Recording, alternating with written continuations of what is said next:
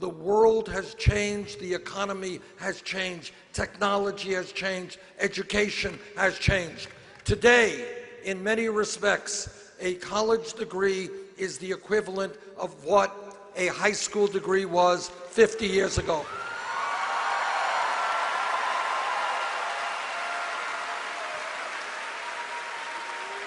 "50 years ago, you had a high school degree, you were in pretty good shape. You can go out and get a good paying job."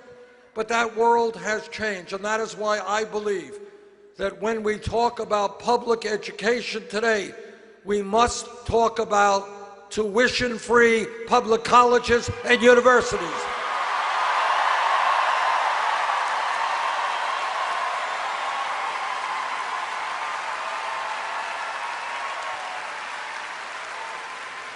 This is not a radical idea. This idea exists in Germany today. It exists in Scandinavia today. You know, I was at a meeting in D.C. It was a meeting, and we were talking about higher education, and I mentioned that in Scandinavia, college is free. And some guy jumped up, and he said, "No, Senator Sanders, I come from Finland. It's not free. They pay us to go to college."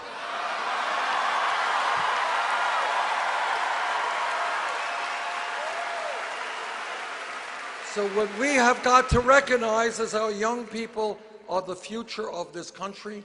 They need the best education they can get, and they should not have to sacrifice their economic future to get that education.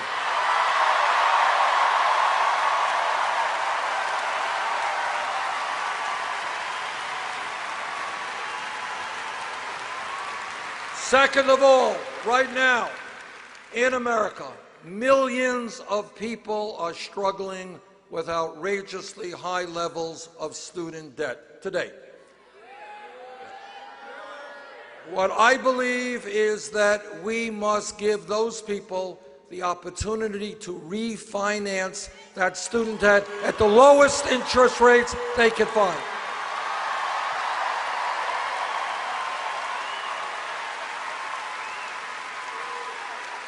Now, here is thinking outside of the box, thinking about what is quote-unquote realistic, what quote-unquote we can do.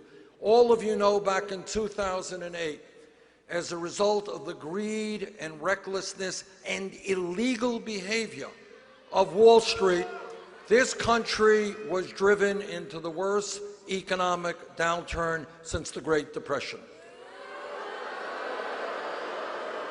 And Wall Street, that had spent billions of dollars to get deregulated, came to Congress and they said, "Please, please bail us out." And against my vote, Congress did bail them out. Okay. Well, I happen to believe that today it is time to impose a tax on Wall Street speculation.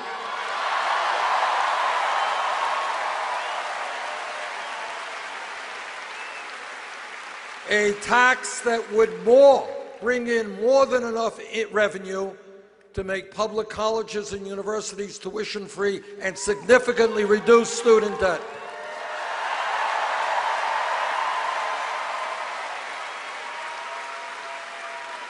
If Congress can bail out the crooks on Wall Street, now is the time for them to help the middle class of this country.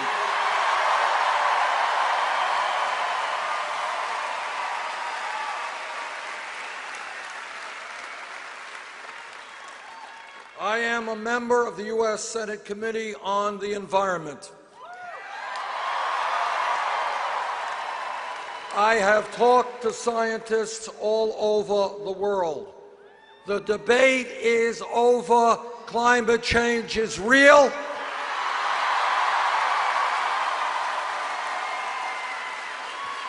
Climate change is caused by human activity. Climate change is already doing devastating harm to our country and countries all over the world. That's the fact.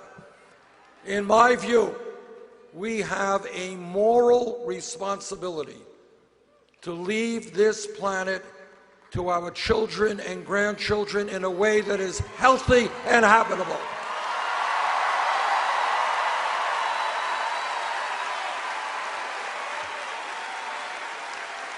And that means that we have got to tell the fossil fuel industry that the future of this planet is more important than their short-term profits.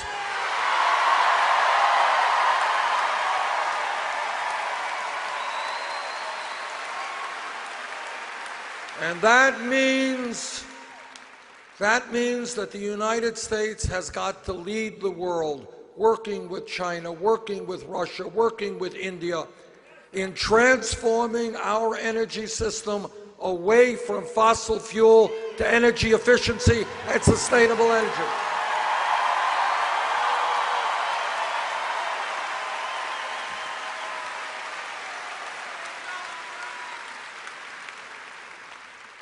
And it is a rather amazing and pathetic thing that we have every Republican candidate for president, as you remember, there are quite a lot of them, every one of them refused to acknowledge what science is telling us. And that is scary stuff, because you cannot run a government or make policy decisions if you reject science.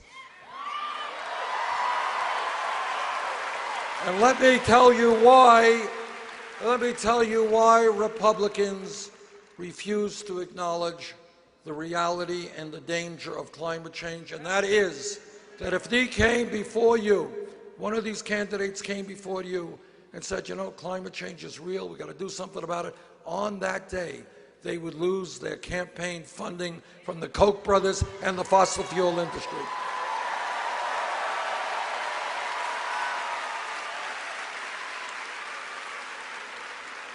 So I say to the Republicans, think about future generations, worry about them, and not your damn campaign fundraising.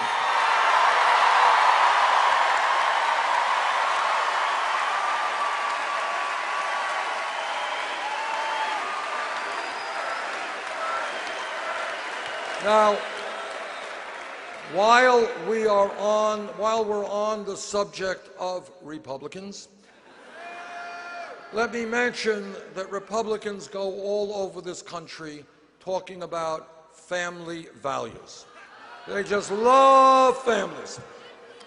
But I want everybody here to know what they mean by family values. What they mean is no woman in this arena, in this state, in this country should have the right to control her own body. I disagree.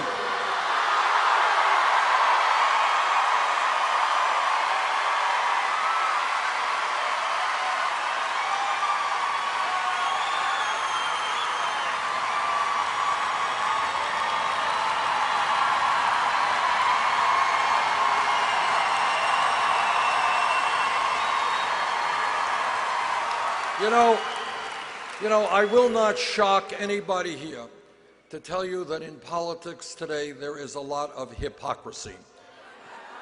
But on this issue, the hypocrisy stinks to high heaven. And that is because, I'll tell you what it is. Republicans, you know, tell us every day, government is the enemy. We hate government. We want to cut Social Security, Medicare, Medicaid, the EPA. Government is terrible. Government is awful. Get government off of our backs, except when a woman has to make a very personal choice. In that,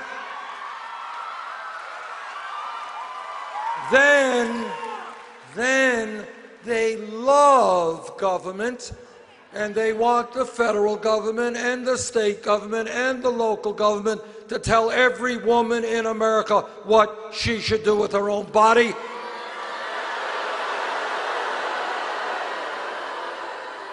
And when Republicans talk about family values, what they mean is that our gay brothers and sisters should not have the right to be married. I disagree.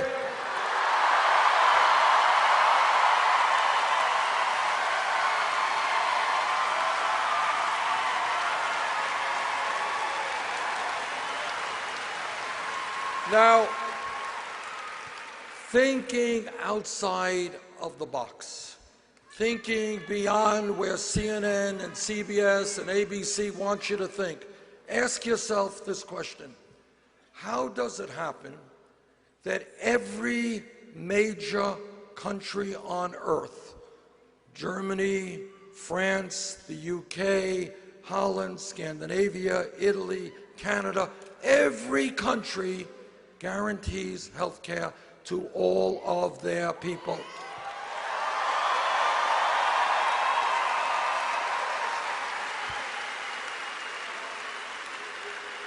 Now, I have been criticized for saying this, so I will say it again.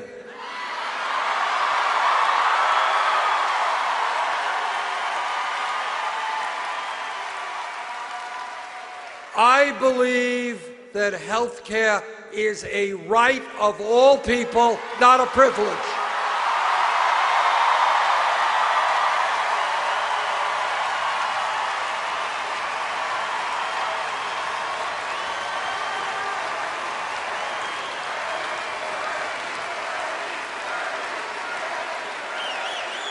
Now, I am on the committee that helped write the Affordable Care Act, and the ACA has done a lot of good things.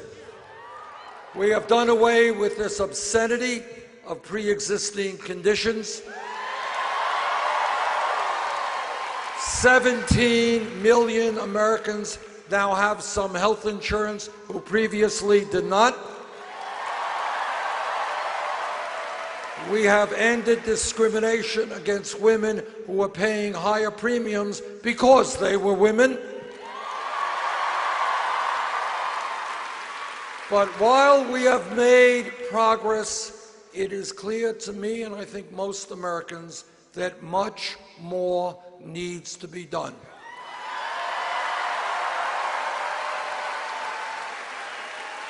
Despite the Affordable Care Act, 29 million Americans have no health insurance. Many of you are underinsured with high deductibles and co-payments. And the drug companies are ripping us off in an unconscionable way.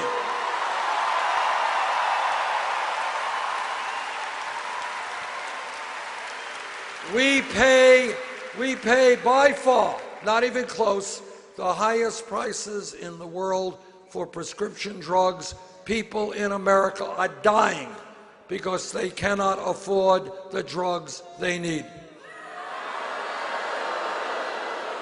And then on top of everything, we are spending way, way more than any other country per capita on health care, almost 3 times more than the British, who provide health care to all of their people, 50% more than the French, much more than the Canadians. In my view, the time is long overdue for this country to move toward a Medicare for all single-payer program.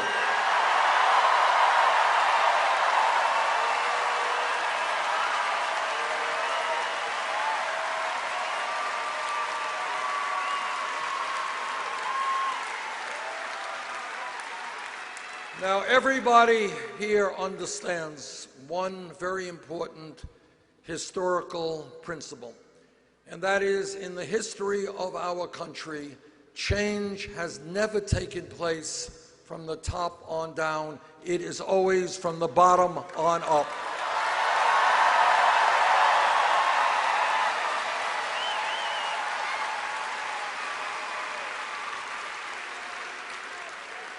Corporations and employers never gave permission for workers to form unions. Workers fought for those union rights.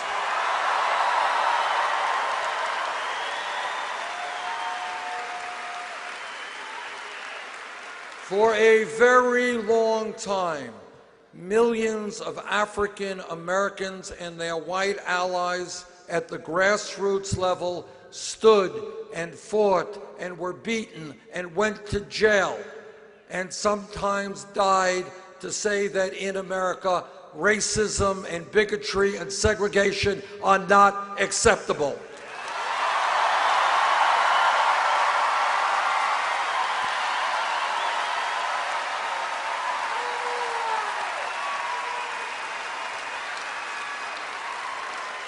100 years ago, not a long period of time from an historical perspective, 100 years ago, women in America did not have the right to vote, could not go to the schools they wanted, could not do the work they wanted 100 years ago. But women and their male allies stood together, and women went on hunger strikes. They went to jail.